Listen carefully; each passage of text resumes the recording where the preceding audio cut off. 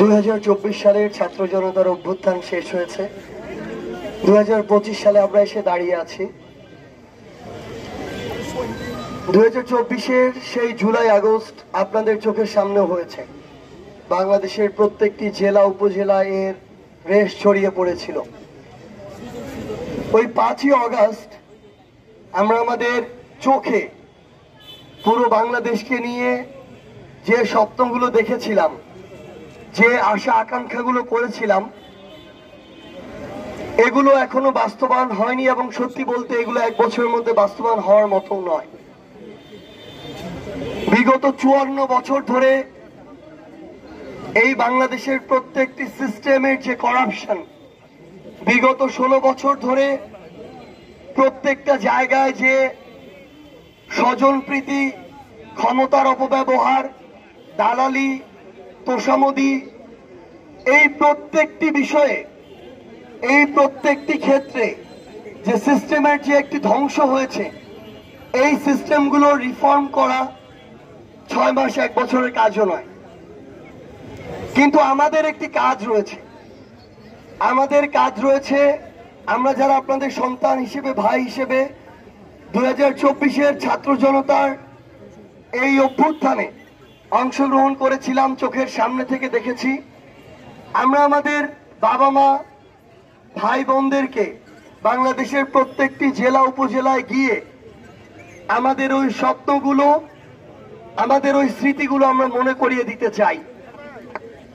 কারণ 1000-এর অধিক মানুষ জীবন দিয়েছে, লক্ষ মানুষের মতো রক্তাক্ত হয়েছে বিভিন্ন জায়গায় বিভিন্নভাবে।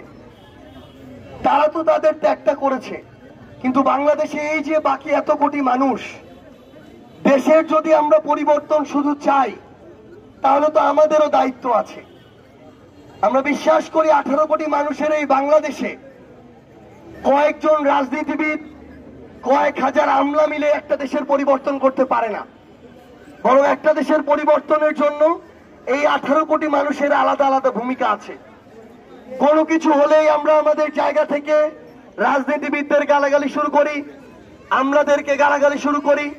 বিভিন্ন জায়গায় যারা দায়িত্বশীল তাদের জবাবদিহি চাই। কিন্তু আমরা নাগরিক হিসেবে, জনগণ হিসেবে আমরা কি নিজেদের যে দায়িত্বটুকু সেটার জবাবদিহি কখনো চেয়েছি কিনা?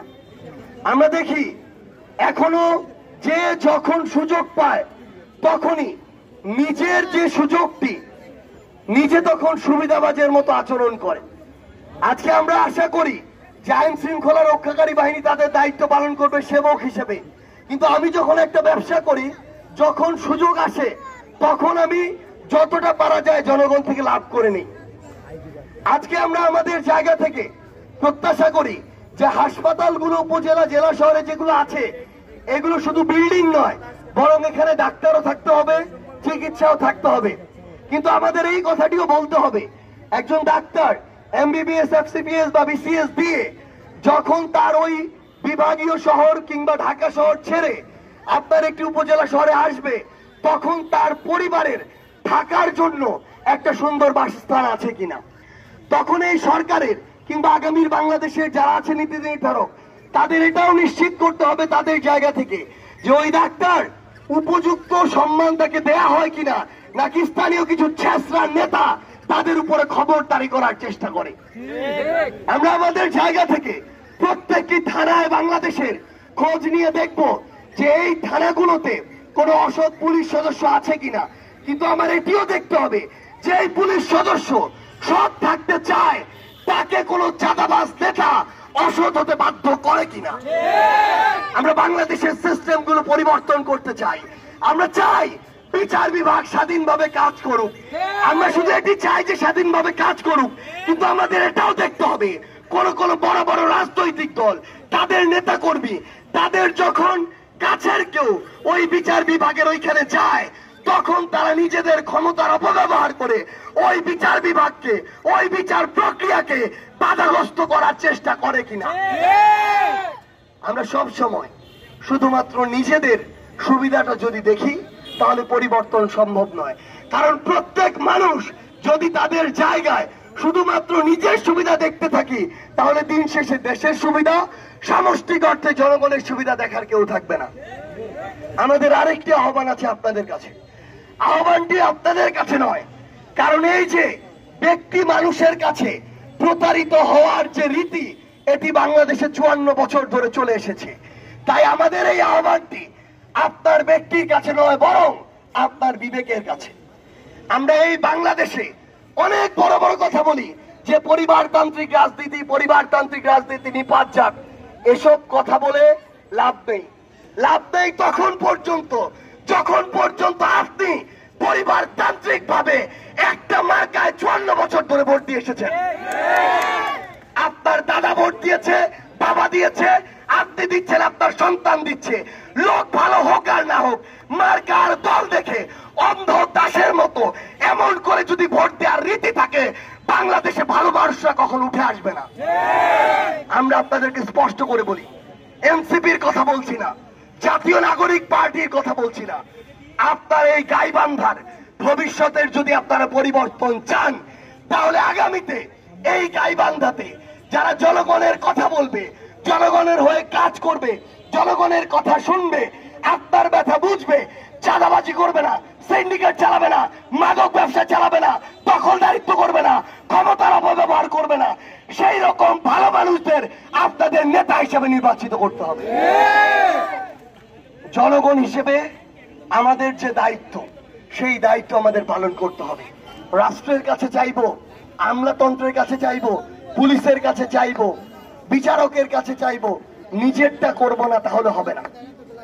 আমরা আপনাদেরকে অনুরোধ করি, এই বাংলাদেশ ছোট্ট একটা বাংলাদেশ, সক্রিয় দল মাত্র কয়েকটা। নিজেদের ভিতরে এই রাজনৈতিক দলগুলোর কামড়া কামড়ি বন্ধ করতে হবে।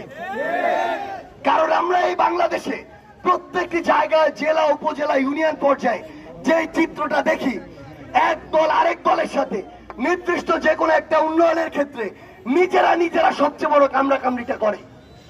আরেকজন যদি করে, মনে করে ক্রেডিট তো তার হয়ে গেল, এটা তো তাকে করতে দেয়া যাবে না। আরেকজন যদি করে, বলে সে যদি এই কাজটা করতে পারে আগামী ইলেকশনে তো এগিয়ে গেল, তাকে এটা করতে দেয়া যাবে না। এই বাংলাদেশের জেলা উপজেলা পর্যায়ে অর্ধেকের বেশি উন্নয়ন বাধাগ্রস্ত হয়েছে, অর্ধেকের বেশি লুটপাট হয়েছে শুধুমাত্র রাজনৈতিক দলের এই আন্ত এবং অন্ত কামড়া কামড়ির কারণে। আমাদেরকে জনগণ হিসেবে এই বিষয়গুলোতে সচেতন ভূমিকা পালন করতে হবে। আমরা আপনাদেরকে অনুরোধ করি, বিএনপি বলছি না, জামায়াত বলছি না, ইসলামী আন্দোলন বাংলাদেশ বলছি না, এনসিপি বলছি না, যেই মানুষটা গাইবান্ধার জনগণকে প্রায়োরিটি দিয়ে সবার সামনে রেখে নিজের আখের গুছানোর ধান্দা বাদ দিয়ে আপনাদেরকে নিয়ে কাজ করবে, আমরা আপনাদেরকে আহ্বান করছি এনসিপির পক্ষ থেকে, সে যে দলেরই হোক, যেই মার্কারই হোক, আপনারা তাদেরকে ভোট দিয়ে নির্বাচিত করুন। দিন শেষে এই গাইবান্ধা যদি ভালো মানুষের হাতে থাকে, এই গাইবান্ধা যদি ভালো মানুষের হাতে থাকে, একদিন এই যে আমরা আমাদের এই বাংলাদেশের সবচেয়ে বড় কিছু সমস্যার মধ্যে অন্যতম সমস্যা হচ্ছে এই ব্যক্তি পূজায় যাওয়া যাবে না। আমাদেরকে সবার আগে মানুষের স্বার্থকে প্রাধান্য দিতে হবে। মানুষের স্বার্থকে প্রাধান্য দিতে পারলে মানুষ আপনাকে নেতা বানিয়ে ছাড়বে। ইতিহাসে এরকম অসংখ্যবার হয়েছে। আমরা আপনাদেরকে অনুরোধ করি, আমার যারা এখানে মা বাবার বয়সী আছেন, ভাই বোনের বয়সী আছেন, আমরা একসাথে আগামীর বাংলাদেশটা করতে চাই। কার হাত দিয়ে গড়া হবে এটার চেয়ে গুরুত্বপূর্ণ হচ্ছে গড়া হচ্ছে কিনা। দেশ, সিস্টেম, রাষ্ট্র, ফাংশন, এগুলো যদি ভালো হাতে থাকে, অটোমেটিক প্রত্যেকটি মানুষ এই ভালোর সুবিধাভোগী হবে। আমরা বাংলাদেশের মানুষ, আমরা এনসিপি যারা রয়েছে, আমরা সেই ভালোর সুবিধাভোগী হতে চাই।